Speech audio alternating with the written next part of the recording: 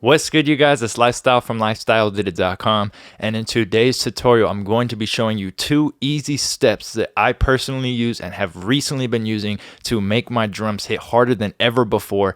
Back in the day when I first started, I had a really big issue with getting my drums to hit, and these easy steps are going to help you guys out a lot. The first thing you need to know before this is good sound selection and choosing good sounds. I just did a tutorial before this one, so if you guys go check that out, you will understand what I mean by sound selection and choosing good sounds. Then come back to this video and find out the 2 tricks that I do to make my drums hit harder than ever.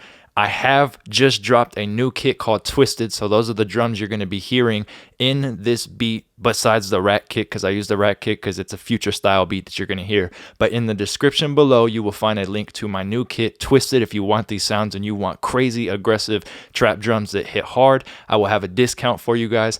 Let's get into it. All right, so these are the raw drums right here. You see I have a lot of headroom. We're not hitting 0, so leave some headroom. Now the first thing we're going to do is sidechain the kick to the 808, and then we're going to adjust the release to the tempo of the beat, which is very important and not spoken about much. Click the kick, now go to the 808, sidechain to this track like I just did, go to the 808 and put the fruity limiter on it, and over here, click compressor, right click, go to kick rack, which is what we sidechained, and then now it will be sidechained. So I'm just going to drag this down and kind of show you guys what it sounds like without adjusting the release. So the release is going to tell the 808 when to come back up in volume. But if we just leave it like this, it's not going to fit the beat and be on time. So we're going to use a site called Nick Fever. I'll leave a link in the description. Put the tempo, which is 145 for this track, hit calculate. Just put the tempo of your track in, boom. Now you see all these different time signatures, dotted, triplets, quarter notes, half notes, 16th notes. We're going to be using either 16th, 32nd, or 64th.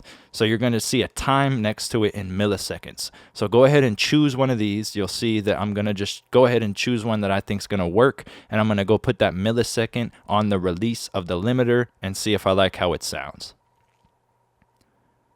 So I'm just going to set this to the right millisecond. At the top right of your screen in FL, you'll see the milliseconds changing. The top left, sorry, right where you save it. So now you hear it's on time.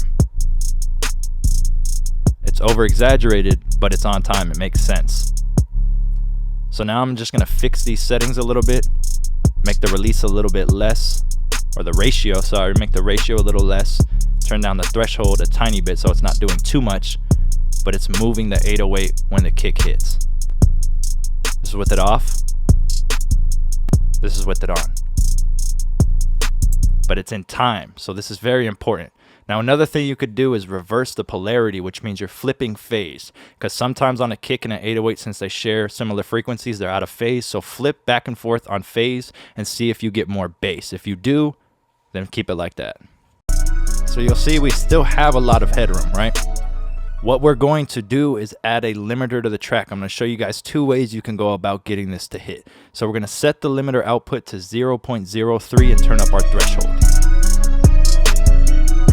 Now the beat is louder, but the kick is kind of being softened. So what we're going to do instead of that to make it really hit is put a soft clipper on it instead, which keeps it from hitting 0 as well.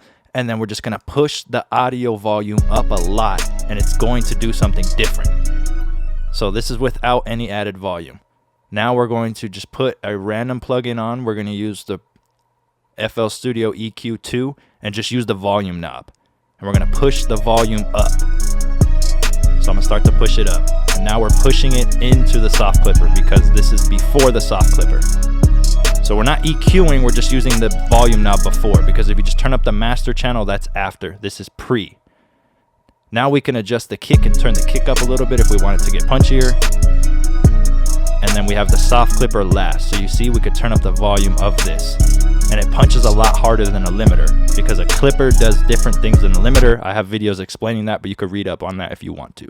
All right, so those were the 2 steps for this. Like I said in the tutorial, the classic way of doing is having headroom and then putting a limiter on your master and turning it up. But Like I showed, that the limiter sometimes cuts the transient too much and a clipper allows it to breathe. So if you want really hard hitting drums, use the clipper way. If you guys did like this tutorial, leave a thumbs up. Today's Instagram shout out is Wavy Hiso. Not sure how to say his name, but he's today's Instagram shout out. If you guys want to be the Instagram shout out, make sure to comment on my most recent posts. I go through there, choose a random person, and then I put you on my video and shout you out. Leave a comment down below if you did like the video. You guys can follow me on all social medias at LifeStyleDidIt. Make sure to hit my website, LifeStyleDidIt.com, for everything else. And as always, subscribe to your boy. Thanks.